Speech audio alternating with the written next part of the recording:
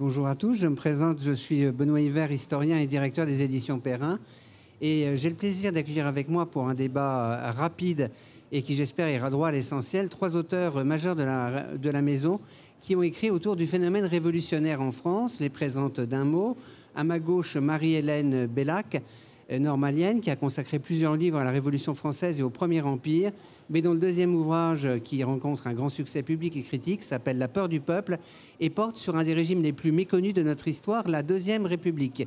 À la gauche de ma gauche, Jean-Christophe Buisson, historien, journaliste, présentateur d'Historiquement Chaud, auteur d'une œuvre déjà abondante que je ne peux pas vous présenter en exclusivité, en totalité plutôt, et parmi laquelle nous avons extrait pour ce débat Assassiné, qui est sa nouveauté qui vient de sortir en poche et qui a notamment eu pour les lecteurs du Figaro littéraire une recension particulièrement élogieuse de Jacques de Saint-Victor dans le Figaro littéraire de ce jeudi, et a dirigé avec Jean Sévilla Le Dernier Carré, qu'on pourra rattacher à ce débat, parce que Le Dernier Carré, c'est l'histoire des gens qui se battent quand ils croient avoir tout perdu, et une forme d'héroïsme, et on pourra se demander si l'héroïsme est particulièrement présent en période révolutionnaire, et on lui doit aussi un très bel album qui peut être rattaché au phénomène révolutionnaire, qui s'intitule Le siècle est rouge, sur le siècle communiste, un bel album très bien illustré.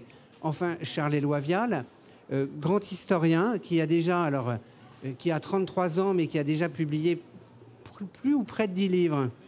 Plus de 10 livres, pardon. Donc, dans 10 ans, on en sera à 25, peut-être. Et dont la nouveauté, qui dirige la Bibliothèque des Illustres, qui est une très belle collection faite entre Perrin et la BNF sur des albums biographiques, et dont la nouveauté est particulièrement en corrélation avec notre débat, puisqu'il s'intitule Le siècle des chutes, abdication et déchéance en France, 1814-1870. Si on scrute l'histoire de France, c'est tout de même un très long siècle intranquille et marqué par une forme de violence récurrente. Je vous propose une petite balade très rapide, comme un ristretto à travers les siècles, en se demandant, avant d'aborder la rive révolutionnaire, si l'Ancien Régime a été, à travers des événements comme la Ligue et la Fronde, une période de forte tension populaire. Jean-Christophe Buisson. Oui, moi je pense qu'il y a vraiment un atavisme révolutionnaire, je crois que l'expression est de Christophe Boutin, en France, mais pas depuis 1789, qui est antérieur à 1789, et qui est assez unique dans le monde, parce que en Angleterre, on a la révolution du XVIIe siècle, mais l'événement majeur révolutionnaire dans l'histoire de l'humanité, et qu'un élément fondateur de la notion de révolution au sens total du terme, c'est vraiment 1789. Pour autant, auparavant, à partir du moment où la France a eu un État constitué, c'est-à-dire grosso modo au XVe siècle, même si les Capétiens avaient commencé à constituer un État avant, c'est vraiment la notion d'État apparaît en France au XVe siècle, et c'est le premier pays au monde où cet État commence à se développer. Eh bien, dès la naissance de cet État, il y a en miroir immédiatement une contestation. Ça va être parfois des contestations locales, ça va être des frondes locales, ça va être Étienne Marcel à Paris. Paris est un cas particulier parce que Paris a une population qui est souvent frondeuse et je crois d'essence assez révolutionnaire. Et la révolution, c'est pas forcément la révolution pour renverser le régime, c'est parfois aussi, dans toute révolution, il y a une part de réaction. C'est ça qui est intéressant, c'est que la révolution au sens scientifique du terme, c'est quand même un tour sur soi-même pour revenir au point de départ. Donc, par exemple, à l'époque des guerres de religion, ce que la Ligue, les ultra-catholiques reprochent, notamment Henri III, qui le feront indirectement assassiner, c'est un des sujets de mon livre, Assassiné par le moine Jacques Clément, c'est qu'il ne se comporte pas en grand roi chrétien. Et donc, il y a une légitimation de ce qu'on appelle le tyrannicide ou du régicide par le fait qu'il n'est pas assez roi. C'est pas parce qu'il est roi, c'est au contraire parce qu'il ne l'est pas assez, en tout cas, dans les fonctions qui lui sont attribuées, notamment les fonctions quasi divines. Donc c'est intéressant de voir que cet esprit de révolution, de renverser un régime qu'on estime devenu illégitime, sinon illégal, ne date pas de 1789 et de l'envie de renverser le roi. La même chose, finalement, au XVIIe siècle, avec les différentes frondes, aussi bien des princes que des parlementaires, contre Louis XIV. Donc cette idée de révolution n'est vraiment pas née avec 1789, mais avec 1789 et 1793, elle va prendre une dimension et elle va prendre une sorte de valeur de modèle et d'exemple, exportée d'abord en Europe, mais mes deux voisins en parleront mieux durant le XIXe siècle, et puis au XXe siècle, notamment en Russie, et notamment en Chine, et notamment en Amérique du Sud. Donc pour moi, vraiment, le caractère révolutionnaire, encore une fois, naît en France, mais il naît en même temps que la notion d'État se constitue. Et il correspond à quelque chose de très simple, si on le ramène à la notion purement humaine, c'est que dans toute société qui se constitue est porteuse de manière ontologique de conflits. Vous avez deux personnes, à un moment donné, on peut rêver qu'ils s'aiment toute leur vie, mais il y aura toujours un moment donné où il y aura un conflit. Alors dans une société politique, c'est la même chose. Donc là, comme disait Karl Marx, la violence est la sage-femme de l'histoire. Effectivement, la violence, le conflit, c'est ce qui fait avancer les sociétés. Et la politique consiste à canaliser cette violence, à faire que cette violence ne débouche pas forcément en une révolution, mais plutôt en une réforme.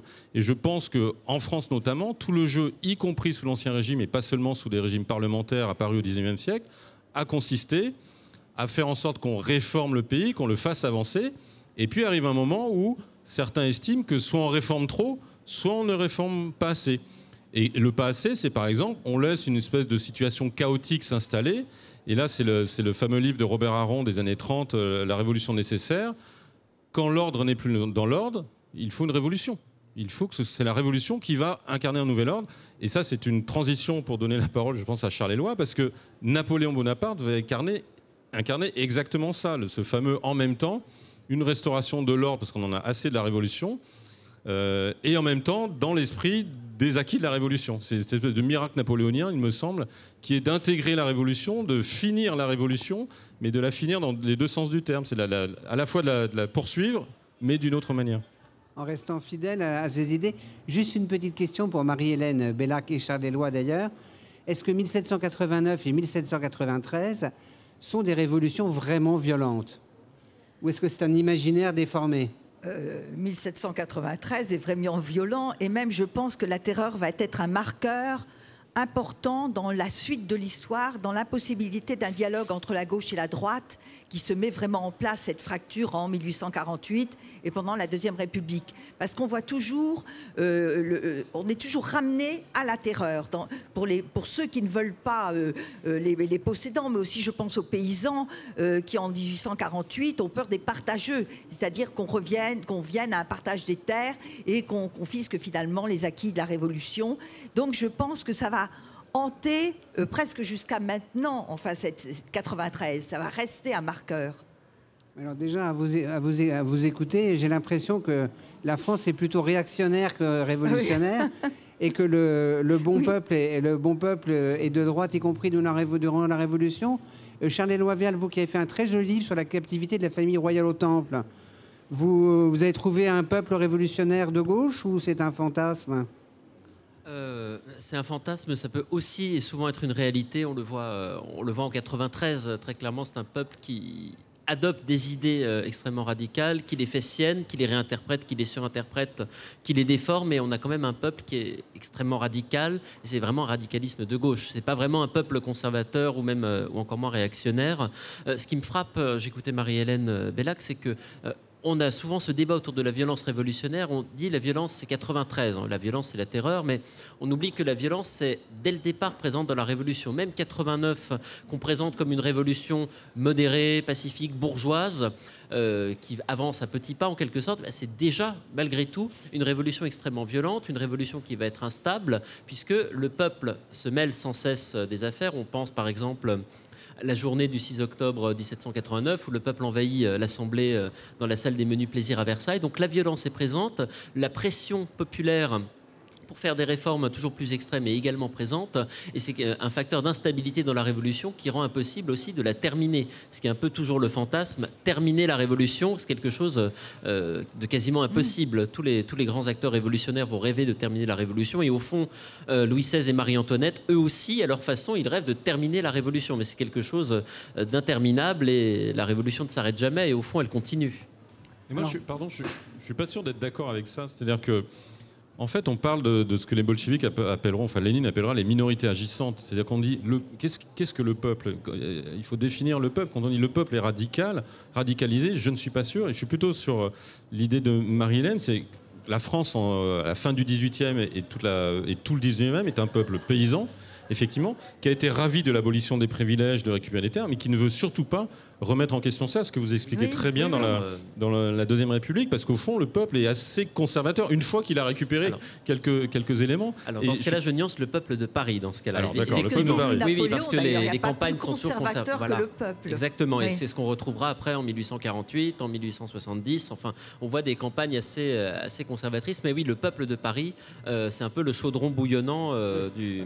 Et 70, effectivement, qu'on peut ranger dans une forme de révolution, je pense, c'est exactement ça. C'est-à-dire, il y a la révolution à Paris, il y a la commune, ce que je raconte notamment dans le dernier carré, avec effectivement de véritables héros, de gens qui se battent dans les derniers jours de la commune. C'est quand même, tout est fichu, ils continuent à se battre, notamment du côté du Père Lachaise.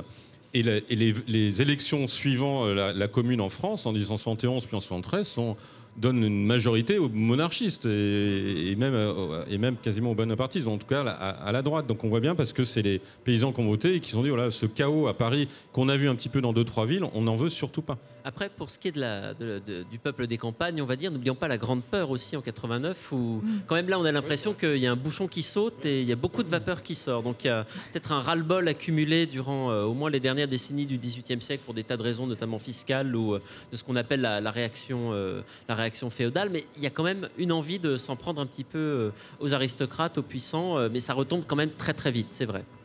Alors on va passer un tout petit peu de temps sur justement ce régime matriciel, également pour ce que nous vivons aujourd'hui, qui est la Deuxième République. À lire votre excellent livre, Charles Éloi, parce qu'avant qu'il y ait une révolution, il faut qu'il y ait une chute. On a quand même l'impression que la révolution est effectivement... Napoléon disait, la révolution est un fleuve que j'ai jugulé, après moi, il ressortira de son bord. Est-ce que Louis-Philippe avait la moindre chance, qu'on a appelé le maman anglais de l'histoire de France, les monarchies constitutionnelles? Est-ce que ça correspondait en fait en quoi que ce soit aux attentes de la société?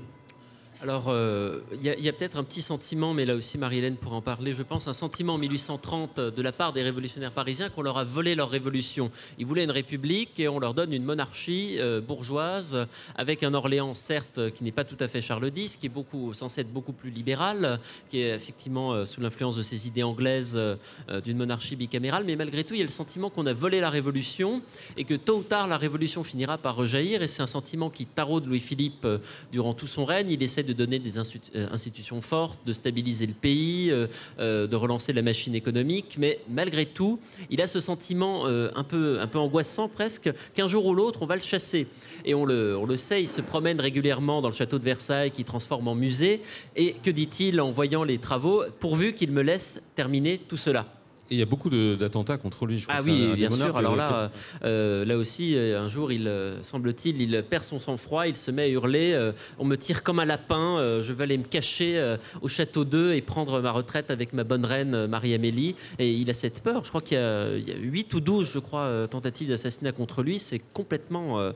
on a rarement eu, mais jamais eu, un chef d'État. Donc là aussi, il y a la sacralité du pouvoir qui est remise en question, peut-être à cause de cette déception initiale de 1830, qui est la source de son pouvoir. Donc pour ça, on vous renvoie au livre de Charles Éloi. Alors on passe à l'année 48, parce que le principe du débat, c'est qu'il doit être court et musclé.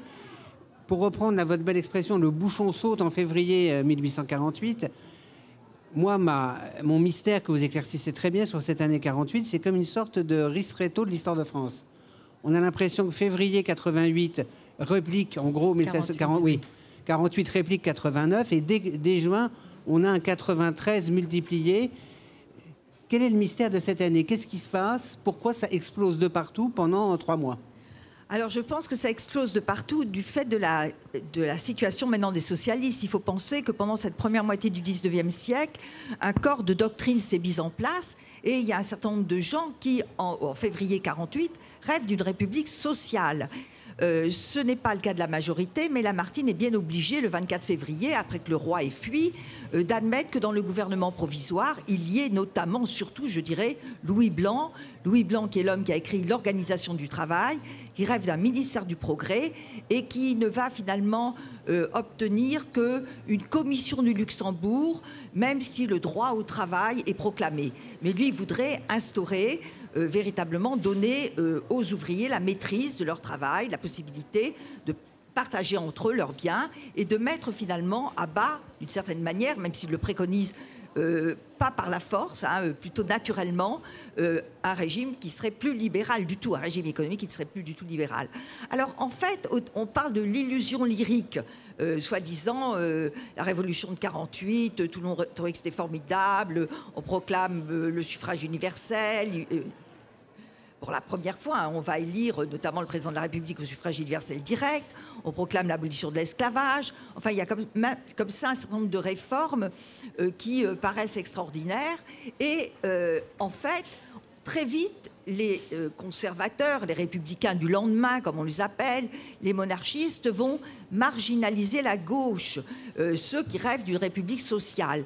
Et finalement, ces premiers mois, jusqu'en juin 48, sont ponctués par des journées, en fait, de manifestations, voire même révolutionnaires. Je pense au 15 mai 1848, où la foule envahit l'Assemblée et décide de chasser les représentants qui trahissent le peuple et d'instaurer un nouveau régime. Bon, l'insurrection est tout de suite jugulée, mais on voit bien qu'on est vraiment là dans un affrontement déjà entre une gauche et une droite, et entre deux idées de la République. Et du coup, d'ailleurs, je reviens à 93, parce que Victor Hugo dit au mois de juin 48, peu de temps avant les fameuses journées, qu'on a le choix entre deux républiques. Une république qui serait celle du droit, de la liberté, mais de la liberté dans le droit, une république sage en quelque sorte, et puis une république qui ressemblerait à celle de 93, et il utilise même le terme de la terreur.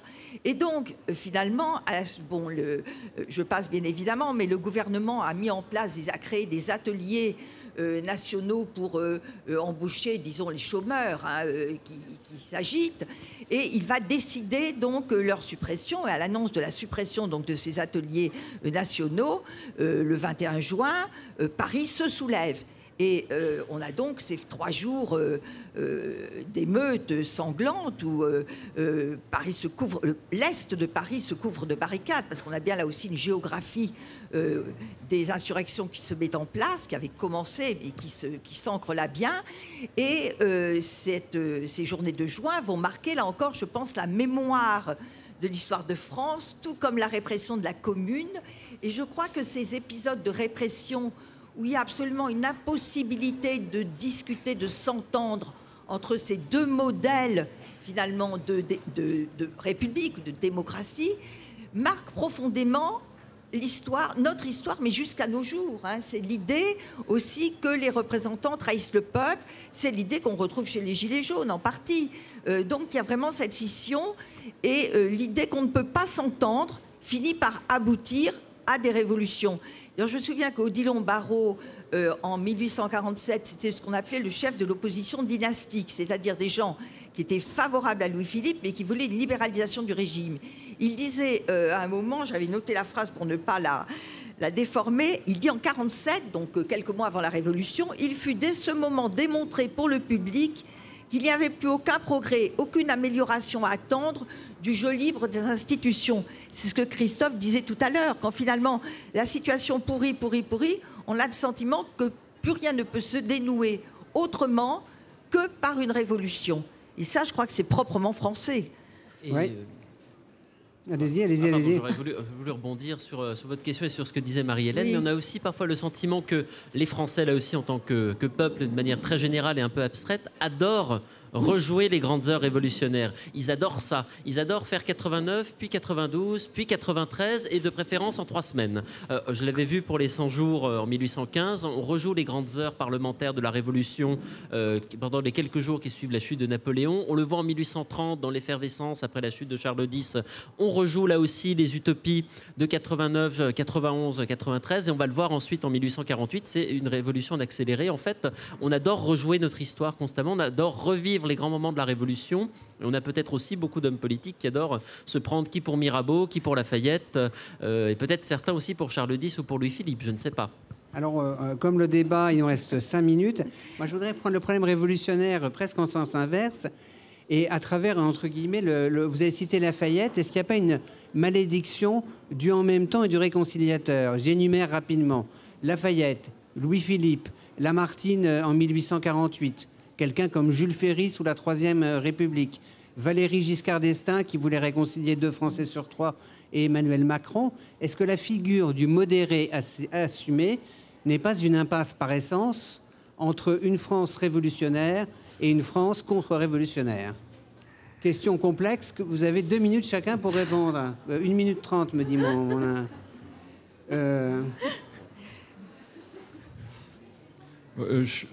alors, si on prend les 4 moments révolutionnaires ou semi-révolutionnaires du XXe siècle en France.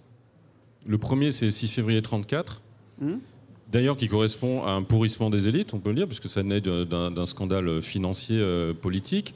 Il n'est pas résolu par un modéré qui vient rétablir de l'ordre. Il se résout d'une certaine manière tout seul, il se dilue d'une manière tout seul, il y a un peu de répression. Le gouvernement d'union nationale de Doumergue. Ouais, un peu après. Pas modéré. Ouais, ouais, c'est quand même pas non plus... Désolé, j'ai que ça en main. 58, on a oublié, renversement de la 4ème République, c'est quand même une mini-révolution. Alors elle a lieu à Alger, mais qui est à l'époque la France. Alors là, oui, on a De Gaulle, mais on ne peut pas le considérer que ce qu'il fait en 58 est l'acte d'un modéré, parce qu'il quand même, il renverse à peu près tout. Mais 68, semi-révolution, de la même façon, c'est pas un modéré qui revient rétablir l'ordre. Et les Gilets jaunes, il ne s'est pas passé grand-chose, puisque Emmanuel Macron est resté au pouvoir. Donc, je trouve qu'au XXe siècle, ce n'est pas tout à fait les mêmes mécanismes pour répondre à des tentatives de révolution qui, peu ou prou, ont toutes échoué. Encore une fois, si tant est qu'on considère que mai 68 soit vraiment une révolution introuvable plutôt, et de la même façon que les Gilets jaunes, est-ce que c'est vraiment une révolution? En tout cas, il y a l'esprit révolutionnaire qui est un peu le thème de ce sujet qui est là. Et donc, il n'y a pas forcément une figure qui vient réconcilier tout le monde ou rétablir l'ordre à chaque révolution, ce qui prouve peut-être la maturité de la France qui est capable de gérer en apparence ces tentatives de révolution sans finir dans la terreur de 93. Dans la vraie révolution. Charles-Éloi, malédiction du modéré? Pour le 19e siècle, sans doute. Enfin, on pense à des figures comme Lafayette, par exemple. On pensait également, pourquoi pas, Decazes, figure de modéré également, qui a fait l'objet d'un livre. Et je repense toujours à cette phrase d'Alfred de Musset qui dit que peut-être un jour l'ombre de l'empereur reviendra souffler sur ses larves. Et notamment, on parlait très bien de cette figure totalement injustement oubliée et réconciliatrice qui est celle de Lamartine en 1848. On a un peu l'impression que quand on veut réconcilier la gauche et la droite, on se met à dos et la gauche et la droite. Oui, et qu'à la fin de l'histoire, il y a Napoléon III, Charles de Gaulle, qui sont des figures que leurs laudateurs qualifient d'hommes providentiels et leurs critiques de dictateurs. C'est peut-être l'homme providentiel qui est un dictateur. Il faut sortir avec une figure qui finalement est un peu clivante, qui va un petit peu attirer toutes les haines sur elle aussi, qui va peut-être provoquer une nouvelle révolution, mais c'est une façon de sortir d'une crise aussi, que d'avoir comme ça une figure qui s'impose et qui va aider aussi à rétablir l'ordre. Là, on rejoint un autre débat qu'on aime porter en France, à savoir la figure de l'homme providentiel. Oui. Hein? Oui, ce qui était la conclusion logique d'un débat sur la révolution. Voilà. C'est ça. Qui va sauver et empêcher ou permettre de sortir, comme l'a fait Napoléon, effectivement. Napoléon Ier. Oui. Et s'il me reste 30 secondes, je voudrais une dernière question très très rapide. Est-ce que vous croyez qu'on est à la veille d'une révolution nouvelle? Il faut répondre par oui, non, je ne sais pas, peut-être. Il faut un certain courage pour aller jusqu'au bout. Est-ce qu'on l'a? Jean-Christophe? Révolution conservatrice, oui, peut-être. Oui. Peut-être, oui. Peut-être une révolution indolore. On remarquera même pas qu'il y a une révolution. On sera tous devant Netflix et ça se passera sans même qu'on éteigne la télé, je pense. Écoutez, c'est une conclusion optimiste qui nous ravit d'espoir et qui est à l'unisson de la météo qui nous accompagne en ce début de salon. Mais à Saint-Maur, il fait toujours beau puisque nous sommes sous tente. Je vous invite vraiment à lire, parce que j'ai le privilège d'en être l'éditeur, ces 3 auteurs qui sont à la fois des grands historiens, c'est-à-dire des connaisseurs du passé, et des grands passeurs, parce que ce sont aussi des écrivains dont vous avez eu, à travers la parole, une idée de la fluidité de la plume que vous retrouverez dans leurs ouvrages. Un grand merci à tous et très bon salon.